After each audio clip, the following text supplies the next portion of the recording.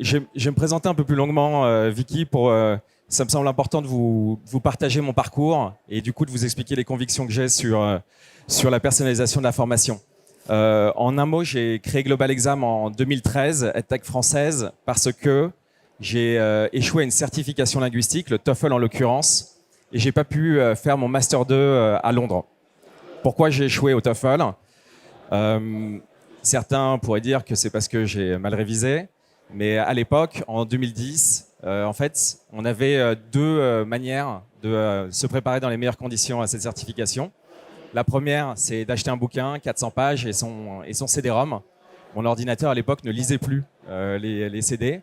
L'alternative, c'était de payer une fortune des cours en présentiel pour faire un stage intensif pendant les vacances de février ou d'avril. J'ai acheté le bouquin et j'ai loupé le TOEFL. Donc, je finis mes études à Sciences Po Lille. Je pars 2 ans travailler à l'ambassade de France à Pékin. J'ai eu ma dose internationale comme ça. Et je suis rentré en France monter Global Exam. Ce qu'il est important de retenir avant de rentrer dans le vif de notre sujet, c'est que Global Exam, en fait, c'était initialement une solution B2C, une solution qui permettait d'aider les jeunes à optimiser leur score aux principales certifications linguistiques. J'avais été confronté à un problème. Je voulais apporter la solution à tous ceux qui passent ces certifications de langue. Et puis très vite, on a travaillé avec les établissements du supérieur.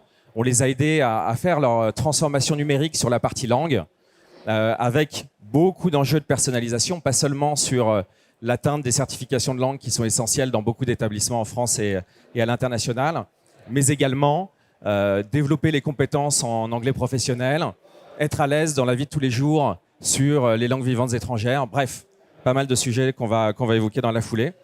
Assez rapidement, 2016, on accompagne également les organismes de formation, nouveaux marchés, nouveaux besoins de personnalisation, qui faisaient eux aussi leur transformation numérique et qui avaient besoin d'un partenaire blended learning. Global Exam les a accompagnés. Et enfin, et j'en finis là, les entreprises qu'on accompagne depuis 5 ans maintenant en direct, les entreprises apprenantes de plus en plus, qui ont besoin de travailler les compétences des collaborateurs, évidemment en particulier sur les langues. C'est pour ça qu'on est là. Global Exam, c'est 850 clients et c'est 500 000 apprenants, aujourd'hui pendant qu'on parle, qui sont en train de travailler sur la plateforme. Alors, le thème du jour, la personnalisation. Pour rentrer dans le vif du sujet, j'aimerais qu'on fasse un petit retour en arrière. Vous vous souvenez ? Formation initiale, qu'est-ce qu'on a fait au secondaire, au collège, au lycée? Pendant des années, on a écouté un professeur nous enseigner les langues. Vous savez combien d'heures on a passé sur les bancs de l'école en classe entre la 6e et la terminale pour apprendre les langues? À votre avis? 1300 heures. On a passé 1300 heures à bosser avec un objectif qui est celui de l'éducation nationale, qui est d'emmener tout le monde à un niveau B2. Je ne vous cache pas qu'on travaille donc avec beaucoup d'établissements du SUP et souvent l'année 1, c'est une année de remise à niveau parce qu'on n'y est pas évidemment. Oh voilà la lumière. Petite 2 anecdotes pour rentrer dans le vif du sujet. Ici, vous me voyez en 2011. Je suis à Harbin, dans le nord de la Chine. J'attends ma mère dans le lobby d'un hôtel qui me fait le plaisir de me rendre une première visite en Chine. Et en l'attendant, je me dis, tiens, je vais lui faire une petite surprise. Je vais prendre un magazine et je vais faire semblant de lire couramment le mandarin. Je m'étais lancé dans l'apprentissage du mandarin, mais évidemment, je n'étais pas encore fluent. Seule ma mère est tombée dans la blague et a cru que j'étais déjà fluent. Évidemment, sujet de personnalisation ici, au bout de 3 mois, si c'est ça le contenu sur lequel on va devoir travailler, pas sûr qu'on reste engagé et pas sûr qu'on progresse. Deuxième anecdote associée à cette image, et j'en arrête là sur les photos de moi. Avec ma maman, on continue de se remémorer nos bons souvenirs chinois. Elle s'était mise à l'apprentissage du mandarin avec moi pour me motiver, pour rester dans le coup, comme elle dit. Et on se rappelle régulièrement nos souvenirs, et notamment on se souvient d'un mot particulièrement dans le cadre de notre apprentissage. Huchoto. Huchoto, qui est un mot qu'on a appris dans notre première leçon du livre standard pour apprendre le mandarin. Cruciotto, ça veut dire locomotive. Voilà ce que j'ai appris dès mon initiation au mandarin, ce qui a évidemment été assez peu utile dans mes échanges de la vie de tous les jours avec mes amis mandarins. Alors, pourquoi la personnalisation? Pourquoi c'est un enjeu? Tout simplement parce que de la formation initiale à l'école, à la formation continue, en entreprise, il y a beaucoup d'hétérogénéité à adresser. Pas facile. Diversité de niveau, évidemment, première source d'hétérogénéité à laquelle on pense. Diversité de modalités d'apprentissage. On se perd aussi un petit peu parfois, et parfois dans les couloirs du Learning Technologies. On a beaucoup de moyens d'apprendre les langues, le mobile, en présentiel, en distanciel, micro-learning, bref, beaucoup de moyens pour apprendre. Et enfin, et peut-être surtout, hétérogénéité des objectifs. Est-ce que j'ai besoin d'être à l'aise sur une thématique spécifique pour mon anglais professionnel? Est-ce que j'ai besoin d'être tout simplement capable de communiquer dans une langue dans laquelle je vais m'installer? Est-ce que j'ai besoin de réussir une certification de manière précise? C'est ces trois objectifs d'ailleurs qu'on adresse chez Global Exam. Hétérogénéité égale difficulté si on ne l'adresse pas. On parlait du one size fits all en introduction. Évidemment, quand je suis à l'école et que mes petits camarades n'ont pas le même niveau que moi, n'ont pas les mêmes attentes, qu'est-ce qui va se passer? Il va se passer quelques petits problèmes, pas besoin d'épiloguer, on l'a tous vécu, on s'en souvient très très bien. Tout de même, cette erreur 404, manque d'engagement évident, je suis trop bon, je ne le suis pas assez, c'est pas le bon niveau pour moi, je me désengage. Progression limitée, quand je ne suis pas engagé, difficile d'atteindre des résultats. Et retour négatif des apprenants. Je m'arrête ici parce qu'il y a deux niveaux de lecture en fait. Il y a un niveau de lecture pour l'apprenant et il y a un niveau de lecture pour le formateur, pour l'enseignant, pour celui qui porte l'action de formation. Pour l'apprenant, ici, on est sur les sujets sur lesquels on se bat chez Global Exam. Les deux premiers qui sont celui d'aller chercher de l'impact dans son action de formation. L'impact, ça commence par être engagé sur la plateforme. L'impact ensuite, ça se mesure et ce sont les progrès en fait, qui sont réalisés au cours de la période d'apprentissage. Et puis à côté des progrès qu'on réalise, il y a cette expérience d'apprentissage qu'on vit sur une plateforme ou en blended learning et sur laquelle on travaille pour ne pas avoir de retour négatif. Ce sont deux sujets qui sont différents et qu'on appréhende de manière différente chez Global Exam. On est donc ici côté utilisateur et côté formateur. Forcément, one size fits all, pas beaucoup d'efficacité, pas beaucoup de ROI. On pourra en reparler ultérieurement si vous voulez qu'on creuse le sujet, mais ça coule de source. Alors, comment mieux accompagner nos apprenants? Pour ça qu'on est là. Et chez Global Exam, on partage une conviction super forte qui part du cadre d'accompagnement. Je vais y aller sur les deux premiers sujets qui sont aussi essentiels et évidents que nécessaires pour mener à bien toute action de formation. Commencer par se tester. Une évidence qui n'est pas forcément la norme. Associer à l'évaluation le travail de définition des objectifs. Quel est l'objectif que je souhaite atteindre? Quel est précisément ce que je dois être capable de réaliser à l'issue de mon action de formation? Évidence. Et pour accompagner 850 partenaires, on a parfois des surprises dans notre capacité à accompagner le partenaire à définir correctement ses objectifs. Une fois qu'on est capable d'évaluer un niveau, qu'on fixe un objectif, à ce moment-là, on personnalise l'action de formation. Quel est le parcours d'apprentissage adapté à mon niveau initial en vue d'aller chercher un objectif qu'on va aller pouvoir proposer? Et je m'étais promis de le dire le plus tard possible, mais évidemment que l'IA aujourd'hui va nous aider à adapter ce parcours et le rendre le plus efficace possible. Enfin, et c'est pas fini, dernier point, essentiel dans une action de formation réussie, la validation des acquis. Mesurer cette performance, elle se mesure pendant le parcours, elle se mesure à l'issue du parcours, et elle se mesure à 6 mois, longtemps après l'action de formation, pour s'assurer que les acquis ont bien été assimilés et sont actionnables dans le quotidien. C'est ça qui nous intéresse évidemment chez Global Exam, chez Calliope d'ailleurs. Rien de très innovant ici. C'est tant mieux. Ça veut dire que dès aujourd'hui, on est capable de former efficacement et peut-être de mieux former. Alors, mieux former, l'enjeu, moi, qui m'anime personnellement, c'est ce qu'on peut lire ici. On voit 54% des employés consacreraient plus de temps à la formation si elle était destinée à l'atteinte de leurs objectifs professionnels. Effectivement, c'est du bon sens, mais je pense que ça fait plaisir de se le dire et d'observer cette statistique. Une formation adaptée, c'est mettre en tension un collaborateur, un élève qui est capable d'apprendre, qui est en succès sur son apprentissage et qui permet à l'entreprise d'être une entreprise apprenante.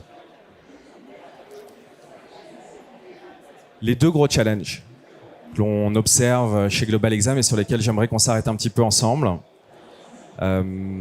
qui vont nous occuper, qui nous occupent déjà en 2025 et qui seront encore des sujets en 2026, c'est l'innovation et l'accompagnement. Je l'ai vu dans toutes les présentations ici, on le dit tout le temps, la technologie et l'humain, à travailler ensemble. C'est vrai. Nous, ce qu'on croit chez Global Exam, c'est que l'innovation, elle est utile si elle reste un moyen de réaliser notre mission. Chez nous, Empower People's Lifelong Employability. Ce qui nous intéresse à travers l'acquisition de compétences linguistiques, c'est l'employabilité. Trouver son boulot, changer de travail, être plus performant dans son travail, c'est ça, in fine, qui nous intéresse. Et évidemment, l'IA va nous aider, on l'a vu sur le parcours personnalisé. L'IA va nous permettre, dans les prochaines années, de faire des avancées remarquables. Pourquoi ? On le vit chez nous. On est capable de produire beaucoup plus vite, 10 fois plus vite que l'année dernière, des contenus tout aussi pertinents sur le plan pédagogique, mais donc extrêmement variés.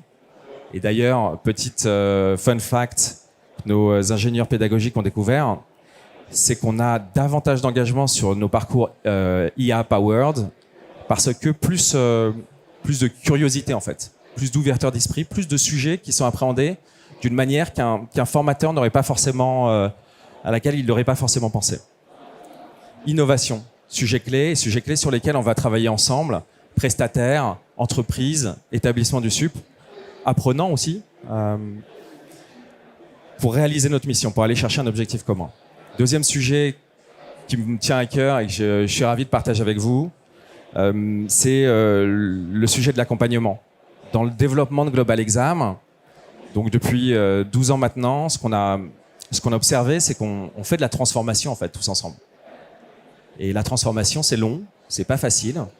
On est en fait sur un sujet assez nouveau. Alors je sais que chez Learning Tech, il y a des anciens qui nous disaient mais si, il y a 30 ans, on faisait déjà, etc. On est globalement sur des sujets nouveaux, sur lesquels on n'a pas forcément été formé et sur lesquels il est nécessaire de travailler avec humilité, main dans la main. Sur l'accompagnement, je vois Cyril, Customer Success là-bas, qui hoche la tête. C'est pour toi. Sur l'accompagnement, je pense qu'il y a un sujet sur lequel on doit être excellent tous ensemble. C'est celui de la définition des objectifs. Encore trop souvent, j'ai des partenaires qui lancent des actions de formation sans qu'on ait pris le temps, en fait, de bien challenger, de bien s'aligner sur les objectifs pédagogiques qui vont être recherchés. Et forcément, quand on n'est pas aligné sur l'objectif, on risque d'être déçu. Et c'est un travail, je lance un appel ici, c'est un travail que je souhaite qu'on fasse mieux tous ensemble.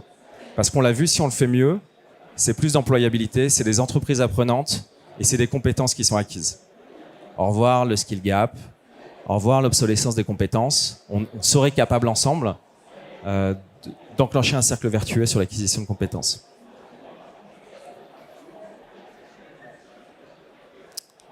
On s'est parlé de 2025 et de 2026, des challenges qu'on a à faire. Et ici, et j'en finis, c'est mon dernier slide. un rapport de l'OCDE 2006 qui nous parlait avec envie de l'avènement de l'ère de la personnalisation. Vous avez raison. La maturité des technologies de l'information et l'utilisation des systèmes interactifs à l'horizon 2025 ouvrira la voie à un enseignement plus personnalisé. Ça y est, on y est. Et finalement, c'est formidable. Mais c'est à nous de jouer. Maintenant, comme je le disais, à nous d'intégrer l'innovation pour la rendre utile et pour qu'on puisse ensemble développer l'employabilité de nos collaborateurs et de nos étudiants. À nous de travailler, de réfléchir ensemble sur les objectifs pour être capable finalement d'avoir une action de formation personnalisée qui a de l'impact. Et c'est ça qui nous intéresse chez Global Exam et je pense qu'il nous intéresse tous. Merci.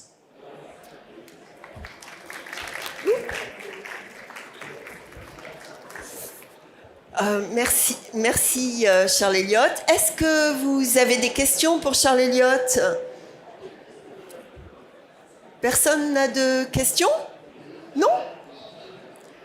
Bon, alors, moi, je vais vous en poser une. Quelle stratégie spécifique pourrions-nous mettre en place de manière à accompagner les apprenants et avoir peut-être un programme très, très personnalisé?